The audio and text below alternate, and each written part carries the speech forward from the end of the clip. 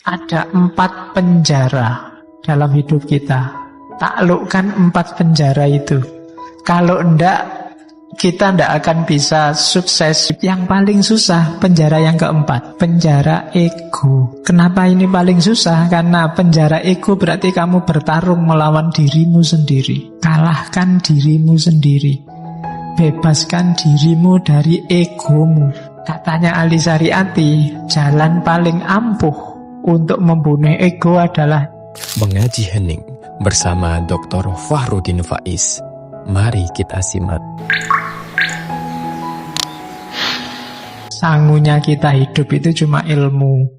Apalagi hari ini era ndak karu-karuan ini, bener salah ndak jelas. Satu-satunya jalan untuk menghadapi gempuran yang luar biasa dari luar itu adalah membuat diri kita tangguh. Dan jalan untuk tangguh hari ini itu satu-satunya cuma ilmu. Katanya Francis Bacon kan, knowledge is power.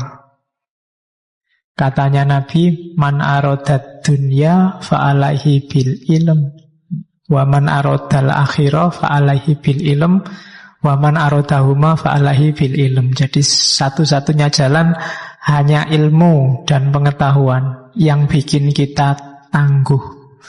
Maka sebisa mungkin kita bareng-bareng biar wawasan kita tambah luas. Semakin luas wawasan kita semakin tangguh. Oke, itu pengantarnya. Karena ini nanti mungkin agak panjang kita ngomong Ali Syariati. Malam ini tokoh kita dari Iran. Oke, kita lihat ya.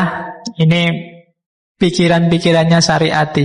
Nanti ada cerita satu ketika Syariati ngasih ceramah kayak gini, ditangkap oleh polisi. Dan tidak cuma ahli Syariatinya, semuanya sak jamaah-jamaahnya. Dan dihukum bareng-bareng selama 18 bulan, 1 tahun lebih. Jadi hati-hati ya kamu nanti kalau ada yang grebek, kalian juga katut itu. Dan nanti setelah di penjara 18 bulan inilah nanti dia merasa Iran sudah tidak aman lagi, terus dia pindah ke Inggris. Nanti meninggalnya di Southampton, Inggris. Jadi tidak di Iran. Meskipun nanti dimakamkan di Damaskus, Syria. Ya masih misterius cara membunuh Ali Syariati oleh para intelijen itu seperti apa sampai hari ini. Jadi masih belum ketahuan. Tapi orangnya sudah tidak ada, tapi pikiran-pikirannya masih banyak dijadikan rujukan. Oke, bismillah kita mulai. Belajar Rausan Fikr nanti kita awali dari pandangannya tentang manusia, kemudian geser dikit ke ideologi, baru setelah itu kita ketemu Rausan Fikr. Baru nanti kita lihat akar persoalannya, kenapa dibutuhkan seorang Rausan Fikr. Yang pertama, ini dari beberapa buku ya, dari Ali Syariati. Cuma saya petakan sendiri. Tidak cocok ya tidak apa-apa, kamu bikin petamu sendiri. Ya kan ilmuwan kan gitu, bikin mind map-nya sendiri-sendiri. Yang pertama, asumsinya tentang manusia. Katanya Syariati, manusia itu harus bergerak, tidak boleh diam. Dari being menjadi becoming. Allah menciptakan manusia itu untuk menjadi khalifah.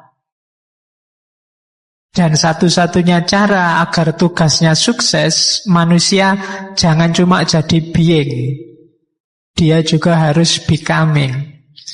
Being itu diam. Kalau becoming itu berproses. Jangan mandek, katanya Ali Syariati. Kalau mandek, kita kehilangan hakikat kita sebagai manusia yang sejati. Becoming itu bergerak, maju terus. Kenapa kita harus bergerak? Karena kita tidak sempurna dalam segala hal, jasmani maupun rohani. Kalau kamu diam, jasmani saja, kamu pasti gampang sakit. Makanya kamu disuruh gerak, disuruh jalan-jalan, biar fisikmu tidak gampang sakit, apalagi rohani. Mental yang tidak berkembang itu penyakit. Kalau ada anak kecil kok mentalnya nggak berkembang, sampai besar pikirannya kayak anak kecil, itu kan penyakit. Sampai segede ini kamu masih suka nonton film kartun misalnya, itu kan setia sekali sama film kartun, sampai dibela-belain minggu pagi tidak kemana-mana. Ini perlu diperiksa. Iya, yang lain sudah gandeng pacarnya, kamu masih jajari Doraemon sama Dragon Ball. Ya, itu kan bermasalah. Kamu harus gerak dong, progres, ada perubahannya. Harus becoming. Dulu bagaimana, sekarang bagaimana, tidak masalah. Jadi jangan mau disuruh konsisten untuk urusan bergerak ke arah yang lebih baik. Kalau pacarmu marah-marah, kamu nggak seperti dulu lagi. Loh, justru itu manusia yang bagus. Selalu becoming. Jadi, ya dulu aku nggak ngerti, sekarang kan aku baru sadar. Makanya nggak seperti yang dulu lagi. Oke, jadi itu becoming. Dari being menjadi becoming. Jangan statis dalam hal apapun. Oke, termasuk ngaji, termasuk baca, termasuk nulis. Yang tulisannya sekarang sempat diterbitkan, entah di koran, di majalah, atau jadi buku kayak yang Suluh Kebahagiaan itu jangan dianggap itu final. Itu baru awal. Yang belum mengawali, ayo diawali. Yang sudah lama, ayo disempurnakan lagi. Tidak ada yang paling baik. Kan ada istilah di atas langit ada langit itu. Karena kamu nyari contoh yang lebih dari dirimu, atau yang lebih dari yang kamu idolai, itu pasti ketemu. Pasti banyak. Jadi harus selalu becoming. Oke. Nah, untuk bisa becoming, untuk bisa berubah, katanya Syariati, syaratnya 3. Sadar, bebas, kreatif. Sadari siapa dirimu, posisimu, targetmu, keinginanmu, jati dirimu, dan seterusnya. Itu sadar namanya. Kalau kamu nggak sadar, sudah nggak bisa ngapa-ngapain. Orang yang nggak sadar itu nggak ngerti dia ngadep ke belakang, ngadep ke depan. Orang yang nggak sadar itu nggak ngerti kalau sepak bola dia itu kiper atau striker. Kamu harus sadar posisimu dalam sejarah. Kalau harusnya kamu back, tapi kamu merasa dirimu striker, yo hati-hati, gawangmu akan bolak-balik kebobolan. Kalau kamu kiper tapi kamu merasa dirimu wasit, lebih susah lagi. Kacau lagi kalau kamu sebenarnya cuma penonton tapi kamu merasa pemain. Loh iya kan? Loh, banyak loh kasus hari ini penonton tapi merasa dia pemain. Ikut marah-marah, ikut nabrak kiri, nabrak kanan, ikut ngeritik kiri, ngeritik kanan. Ngapain wong kita penonton? Penontonnya ditonton aja. Kalau ada gol ya kita ikut surak-surak. Kalau enggak gol ya kita ikut malu. Biasa aja. Tapi sekarang kan banyak yang penonton jadi pemain. Maka sadari dulu posisimu. Setelah sadar apa? Bebas. Selama masih banyak ketergantungan pada apapun, benda atau orang atau aturan atau undang-undang atau apapun, kita tidak akan bisa bergerak. Bebaskan dirimu. Berarti proses pertama untuk becoming adalah membebaskan diri. Dari kungkungan apapun. Baru yang ketiga kreatif. Kata-kata kreatif berarti ada yang baru, yang beda sama yang kemarin, itu kreatif. Bahasa agamanya bid'ah. Jadi justru untuk becoming itu bid'ah lah, kreatif lah. Lah kalau kamu nggak berani kreatif, ya nggak akan ada yang berubah. Kekuatan imajinasi dan kreativitasmu harus main. Kalau hanya manut saja dengan yang selama ini berjalan, berarti kamu tidak bebas. Bebaskan dirimu dan kreatiflah. Yontah dalam segala hal wis kreatif. Mungkin caramu menangkap ngaji ini, yang lain cuma dengerin, ada yang nulis. Mungkin kamu sambil ngapain, kayak yang kreatif. Biar lebih masuk. Kan ada itu gaya belajar, setiap orang macam-macam itu kan. Kreatiflah sesuai gayamu. Yang lain hasilnya tulisan narasi. Mungkin kamu nulis ngaji ini, tak tulis cuma gayanya puisi. Oh, itu kreatif. Jarang orang bisa. Puisi itu kan cuma sak kalimat itu aja. Dan maknanya bisa banyak. Nah, itu kreatif namanya. Jadi becoming lah, jadilah orang yang sadar, bebaskan dirimu, dan yang terakhir kreatif. Dari situ kamu bisa berubah terus. Dari situlah nanti Allah nantang kamu untuk jadi khalifah, untuk takholak bi ahlakillah. Allah itu kan maha pencipta. Kita yang kreatif. Kalau katanya Iqbal minggu lalu, Allah menciptakan matahari, kita menciptakan lampu. Allah menciptakan manusia, kita menciptakan boneka, kita menciptakan patung. Kita sama Allah itu sama-sama pencipta loh. Takmirnya menciptakan teh, ini kan hasilnya takmir. Ciptaannya takmir. Ciptaan sama-sama mencipta. Dan kreatiflah di banyak hal.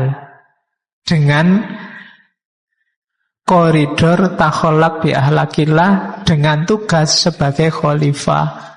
Khalifatullah itu tugasmu ngopeni, mengelola dunia. Tidak sekedar khalifatul muslimin, tapi khalifatullah fil ard, di muka bumi. Jadi seluruh dunia, tugasmu adalah momong bumi dan isinya. Nah, maka momonglah yang bagus. Jangan malah jadi aktor yang merusak bumi dan seisinya.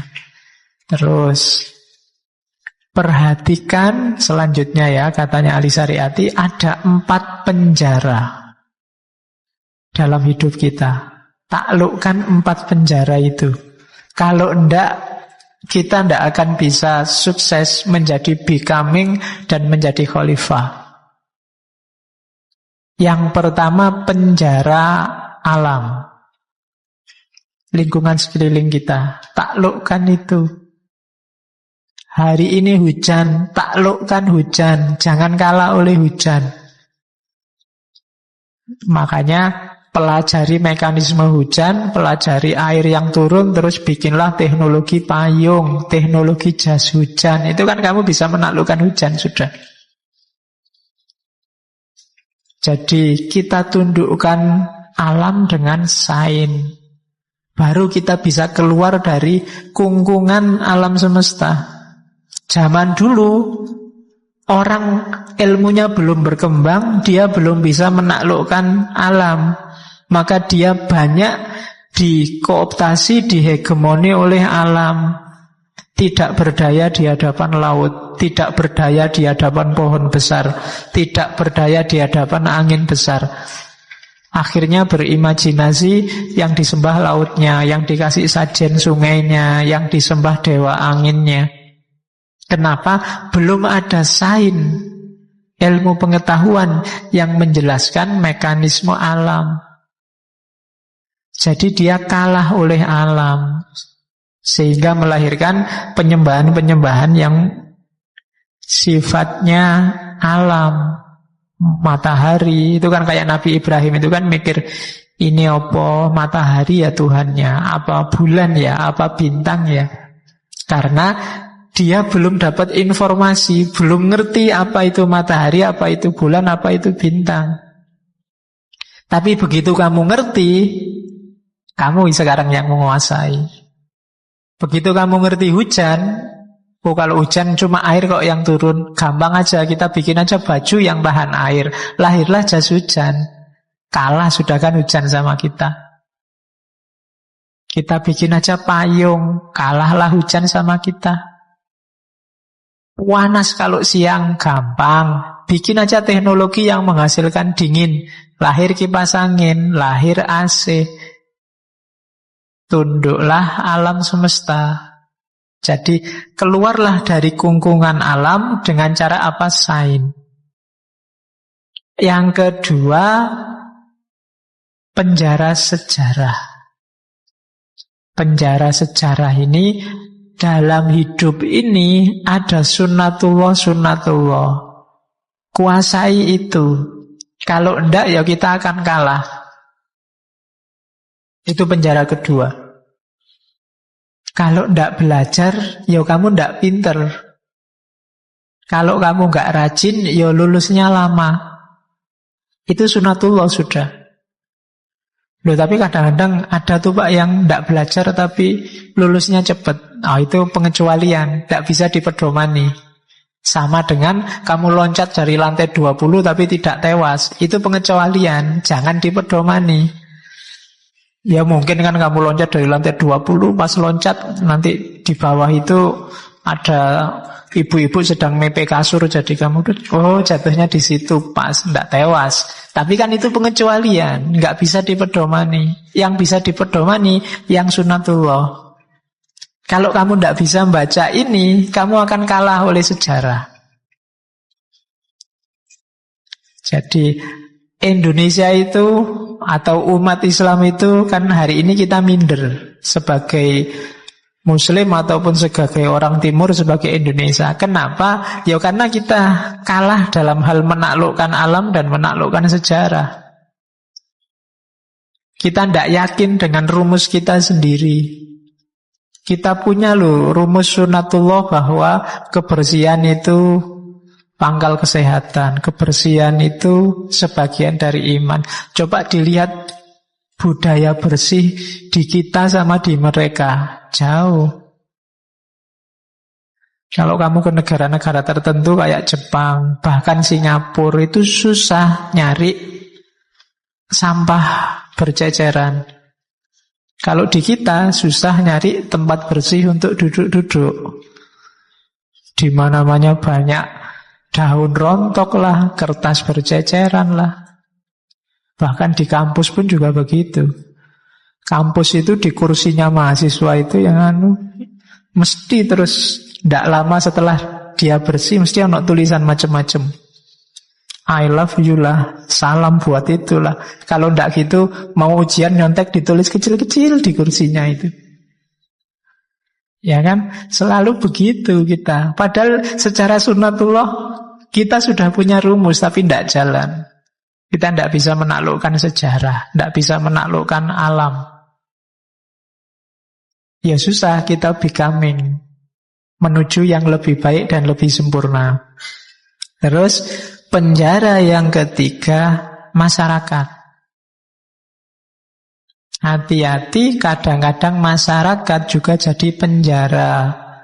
Ada konvensi-konvensi yang merugikan perkembangan kita menuju ke yang lebih baik dan lebih sempurna. Ada kesepakatan-kesepakatan yang itu mendegradasi kemanusiaan kita. Hati-hati, itu penjara masyarakat. Tidak mesti suaranya orang banyak itu baik dan benar. Ya kadang-kadang ya keliru. Karena masyarakat itu biasanya logikanya tidak pakai logika benar salah, tapi logika kerumunan. Logika kerumunan itu yaitu kayak teori psikologi sosial. Satu bilang A, yang lain ikut A semua. Apalagi yang ngomong A ini orang yang dipercaya, otomatis semua bilang A nanti. Ini namanya logika kerumunan. Ya kayak kalian itu loh, kadang-kadang kalau ngumpul cowok sama cowok banyak, terus ada cewek lewat, itu berani sweet cewek gitu kan. Tapi begitu sendirian ada cewek lewat, kamu gemeteran. Ngomong aja enggak berani. Nah itu logika kerumunan namanya. Kamu beraninya kalau rame-rame, sendiri-sendirian diajak ngomong aja kamu deg-degan, gemeteran, enggak berani. Nah ini jadi kerumunan itu sering jadi penjara kita. Kita jadi tidak otentik. Ya kayak demo itu kan, mahasiswa demo itu kan mesti ya kerumunan. Demo sendirian ya kamu dipanggil polisi. Pasti kan bareng-bareng. Waktu bareng-bareng kan militansimu bangkit, orasinya teriak-teriak macam-macam. Itu karena banyak temennya. Kalau kamu demo sendirian susah. Jadi masyarakat sering jadi penjara. Kadang masyarakat juga menyepakati hal yang keliru. Jadi urusan benar atau salah jangan mengandalkan jumlah. Hari ini kan banyak orang logikanya mayoritas dan minoritas. Tidak, itu bukan ukuran. Bahkan Nabi bilang, ada kan hadis ramalannya Nabi itu, besok di akhir zaman umat Islam itu jumlahnya banyak, tapi seperti buih di lautan. Jadi buih di lautan itu yo bareng-bareng ngumpul terus bubar, bareng-bareng ngumpul terus bubar, dan gampang dipermainkan. Nanti di akhir hadis itu ketika para sahabat tanya sebabnya apa kayak gitu ya Rasulullah, antara lain adalah hubbud dunya wa karahiyatul maut. Suka dengan dunia, benci, takut dengan kematian. Karena jatuh cinta sama dunia, khawatir dunianya dimiliki orang lain, khawatir dunianya dinikmati orang lain, terus menyepakati hal-hal yang kontraproduktif dengan kebenaran. Itu yang bikin kita jadi seperti buih. Akhirnya yang bunyi kepentingannya sendiri-sendiri. Khawatir kehilangan dunia. Itu ramalannya Nabi. Semoga masih belum kejadian. Besok-besok aja kejadiannya. Ya, jadi jangan sampai ada yang di sini yang jatuh cintanya sama dunia.